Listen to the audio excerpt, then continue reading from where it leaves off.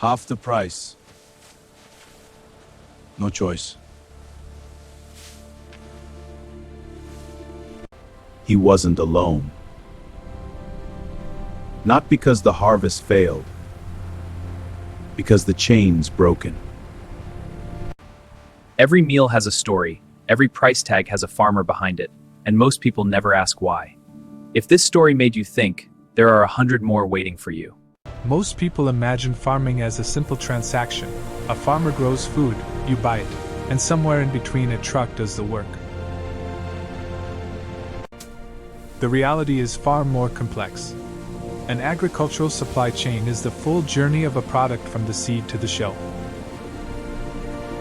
It involves the farmer who grows the crop, the input supplier who provides seeds, fertilizer, and pesticides, the transporter who moves the harvest, the processor or mill who transforms raw produce, the wholesaler who distributes it, the retailer who sells it, and finally the consumer who eats it. Every single link in this chain affects the price, quality, and availability of food, and therefore, the health of the entire agricultural economy. When the chain runs smoothly, farmers earn fair prices, food reaches consumers affordably, and money flows back into rural communities. When even one link weakens, a road washes out, a warehouse catches fire, a fuel shortage slows trucks, the whole system trembles.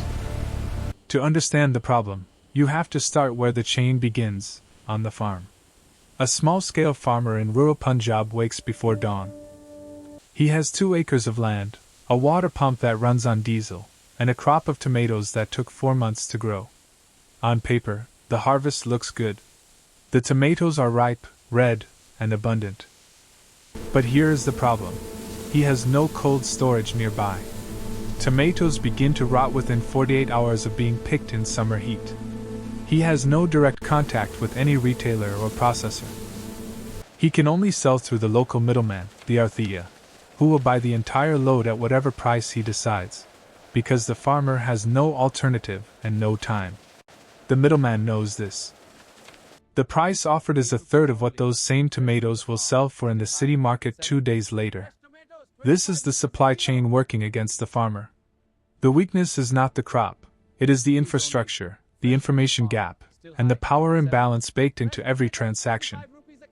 Supply chains don't just affect what happens after harvest. They shape what happens before the first seed goes into the ground. A farmer needs fertilizer, certified seeds, pesticides, and irrigation equipment. In many developing countries, these inputs travel through their own long and fragile supply chains, imported from abroad, distributed through national suppliers, passed down to regional dealers, and finally sold at village-level shops, often at inflated prices. When global supply chains are disrupted, as they were during the COVID-19 pandemic and later during the Russia-Ukraine conflict, fertilizer prices spiked by over 200% in some markets. Farmers who could not afford the new prices used less fertilizer. Crop yields fell. This is how a war in Eastern Europe translates into lower wheat production in South Asia, reduced income for rural families, and higher bread prices in urban markets. The supply chain is not a local thing. It is a global thread, and when it snaps anywhere, the reverberations travel everywhere. If the farm is the heart of agriculture, then transportation is the artery. And in many countries, this artery is clogged, narrow, or broken. Poor road infrastructure means that produce arriving in poor condition cannot command fair prices. A mango grown in Sindh might travel 14 hours on a bumpy road before reaching Karachi, arriving bruised and soft, worth far less than when it left the orchard. Studies have consistently shown that post-harvest losses in developing countries range from 20 to 40% of total production, largely because of poor transport infrastructure and lack of refrigerated logistics. Every kilogram lost in transit is income lost by the farmer. Every rotting crate at a roadside checkpoint is a family that goes to bed with less money. These losses do not show up in GDP statistics cleanly.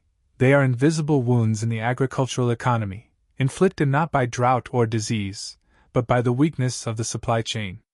In contrast, when roads are well maintained, when cold chain logistics exist, and when transport costs are low, farmers can access larger markets, command better prices, and plan their production with confidence. Ethiopia's flour export industry is a powerful example. By investing in air freight and cold chain systems, the country became one of the world's top rose exporters, generating hundreds of millions of dollars and employing thousands of rural workers. The crop didn't change. The supply chain did. Here is one of the most damaging patterns in agricultural economies.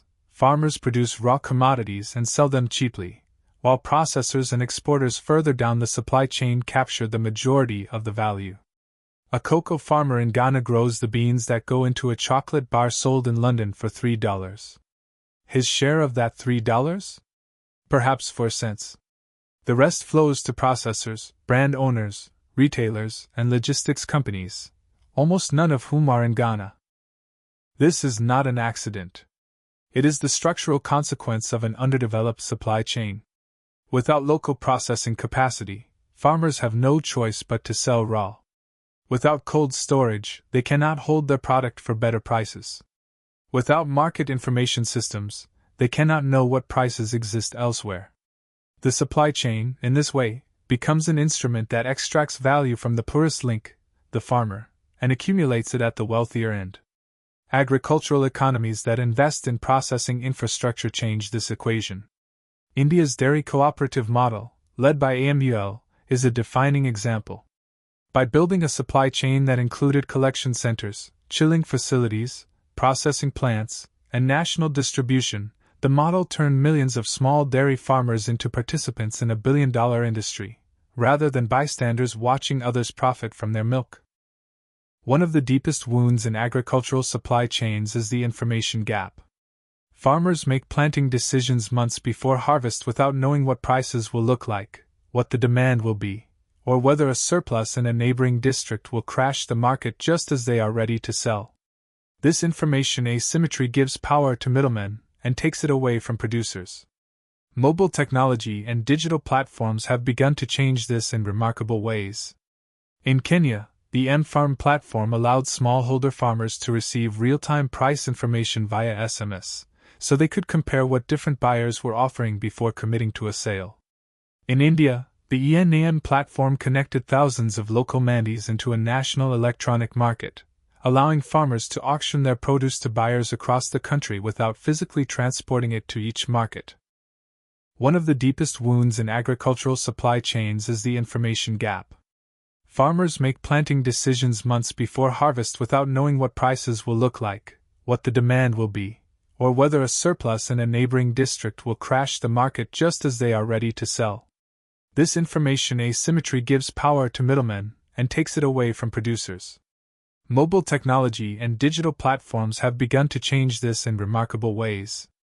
In Kenya, the M-Farm platform allowed smallholder farmers to receive real-time price information via SMS, so they could compare what different buyers were offering before committing to a sale. In India, the ENAM platform connected thousands of local mandis into a national electronic market, allowing farmers to auction their produce to buyers across the country without physically transporting it to each market. No story about supply chains and agriculture would be complete without confronting the growing threat of disruption. Climate change is altering growing seasons, intensifying floods and droughts, and forcing farmers to adapt. But climate does not only affect the field, it reshapes the supply chain too. A flood that washes away a bridge isolates a farming region. A drought that reduces output in one country triggers a global scramble for supply, pushing prices up everywhere. When major wheat exporters like Russia and Ukraine entered a period of conflict, the shock traveled through supply chains within weeks, reaching bread prices in Egypt, Nigeria, Lebanon, and Pakistan within months. These are not abstract economic events. They are people choosing between meals. They are governments facing food security crises. They are farmers caught in the crossfire of disruptions they did not create and cannot control. The agricultural economies most at risk are those with fragile supply chains, little storage, few alternative suppliers, poor transport, and high dependence on imports. Resilience, as it turns out, is not just a financial quality. It is a supply chain quality. When you sit down to eat tonight, the food on your plate has traveled through a supply chain that may span continents, dozens of hands, and months of time. A supply chain that is either working quietly in your favor, keeping food affordable, fresh, and available, or quietly failing farmers, wasting resources, and deepening rural poverty. Agriculture is not just about what grows in the soil. It is about the entire architecture of systems, infrastructure, relationships, and policies that move food from the earth to the table. The supply chain is that architecture, and its strength or weakness determines the health of the agricultural economy more than the weather, more than the seed, and sometimes more than the farmer's own labor. Raza, loading his wheat truck before dawn, deserves a supply chain that pays him fairly, moves his grain efficiently, and gives him information to make better decisions. Not as charity, but because an economy in which the people who feed the world are the ones who earn the least from it is not a functional economy. It is a broken chain pretending to hold. Fix the chain, and you feed the world better, fairer, and for longer.